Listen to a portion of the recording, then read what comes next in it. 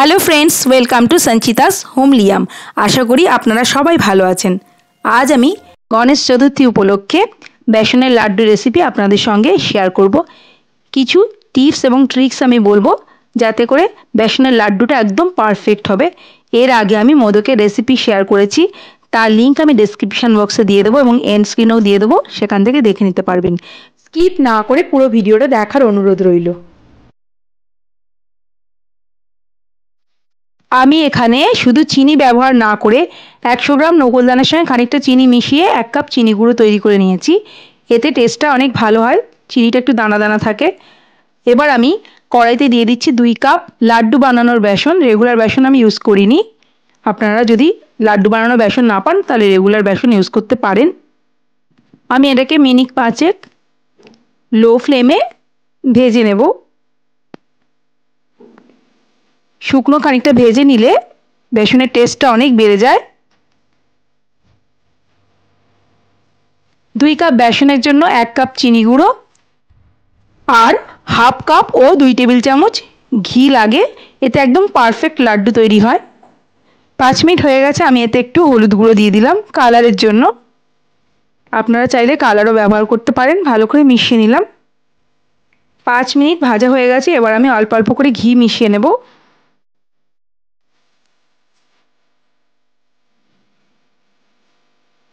এরকমভাবে ম্যাশ করে নেব যাতে কিনা দলা না পাকিয়ে যায়।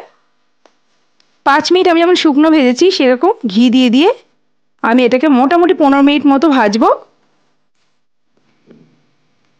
অল্প অল্প করে ঘি মিশাচ্ছি আর ভালো করে নাড়াচাড়া করে মিশিয়ে নিচ্ছি। একটু ধৈর্য ধরে লো ফ্লেমে রান্নাটা করতে হবে। অনবরত নাড়তে হবে যাতে পুড়ে না যায় বেসনটা।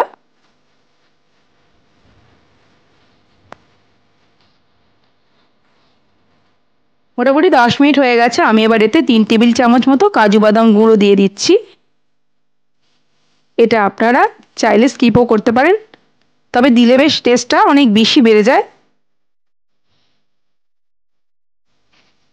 আমি অল্প অল্প করে দিয়ে কাজু বাদাম গুঁড়োটা ভালো করে মিশিয়ে নিলাম বেসনের সঙ্গে। আর 1 টেবিল চামচ আমি ঘি দিয়ে দিলাম। মোটামুটি আমি হাফ কাপ আর 2 টেবিল চামচ ঘি ব্যবহার করেছি। এতে একদম পারফেক্ট লাড্ডু তৈরি হবে। বেসনটা ঘি ছাড়তে শুরু করেছে, সুন্দর স্মেল আসা শুরু হয়েছে। যতক্ষণ না সুন্দর স্মেল আসবে ততক্ষণ জানবেন বেসনটা পুরোপুরি কুক হয়নি। টোটাল 20 মিনিট লাগলো বেসনটা পুরোপুরি কুক হতে। আমি এবার এতে একটু এলাচ গুঁড়ো দিয়ে দিলাম, সামান্য একটু এলাচ গুঁড়ো দিলাম। ভালো করে মিশিয়ে নিচ্ছি। এবার আমি আঁচটা বন্ধ করে দিলাম। এবার আমি এটা একটা প্লেটে তুলে নেব।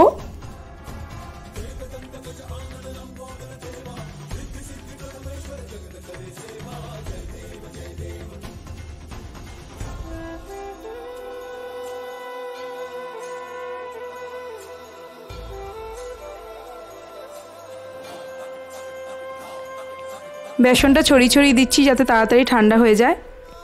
বেসনটা রুম টেম্পারেচারে আসলে তবেই আমি এর সঙ্গে চিনি গুঁড়ো মেশাবো।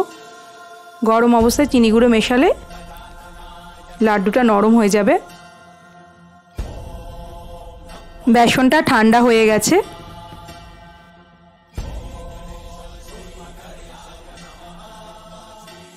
এবার আমি এতে অল্প অল্প করে চিনি গুঁড়ো দেবো আর ভালো করে মেখে নেব।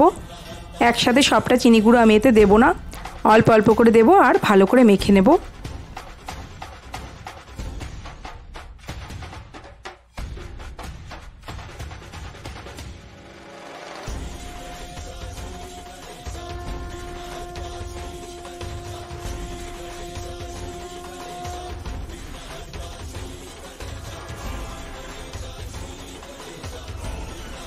ভালো করে মাখা হয়ে গেছে।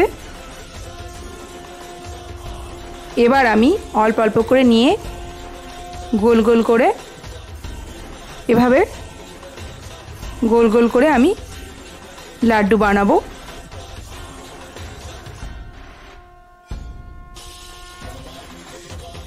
দেখুন কতটা স্মুথ হয়েছে।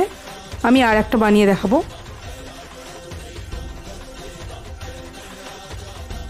এভাবে ঘুরিয়ে ঘুরিয়ে গোল গোল করে লাড্ডুগুলো বানাতে হবে।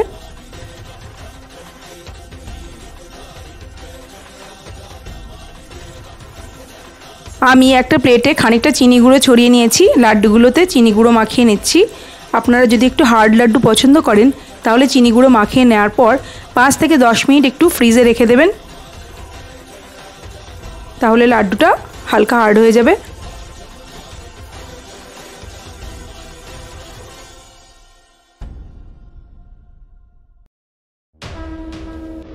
আমি এবার কিছু ড্রাই ফ্রুটস দিয়ে লাড্ডুটা গার্নিশ করে দিচ্ছি, কাজু, আমন্ড আর পেস্তা দিয়ে। এটা অপশনাল।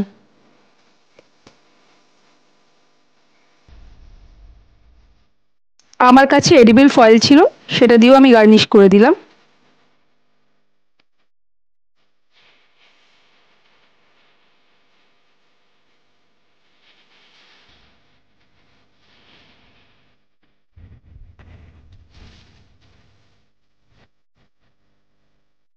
দেখুন লাড্ডুটা উপর থেকে কতটা স্মুথ লাগছে আর ভিতরটা কি সুন্দর দানা দানা হয়েছে।